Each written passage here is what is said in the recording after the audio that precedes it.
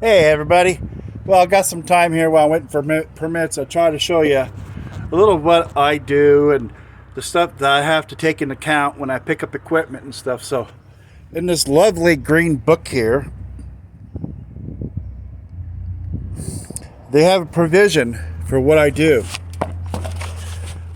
Get it down here. And it's 393.5, the definition of an aggregate load limit right there. Basically it says the summation of a working load limit or restraining a capacity of all devices used to secure the article of cargo on a vehicle. So basically what that says is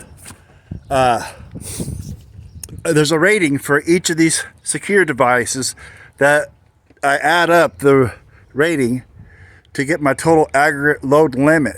So this here binder has a load limit of 5,400 pounds. Okay, and I got two of them on here. And then this chain here, which is a 3/8 chain, has a load limit of 3,300 pounds. But because I have this here loose in the middle, it's considered two separate entities on the device because they're chained up at the top, but they're bind here. Okay, now this is perfectly legal.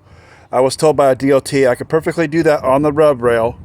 So when they measure this, they're going to take the 50% part of this here, which will be the lesser, which will be the chain. So I got 33 and 33. So we got 6,600 right now for our load limit.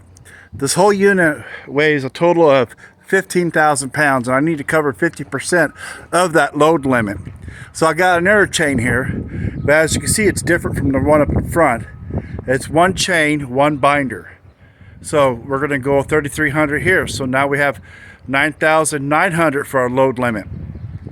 Go back here. I got another chain and a binder. So now that brings us up to 12. Okay. And this here is perfectly legal to use the stake pocket.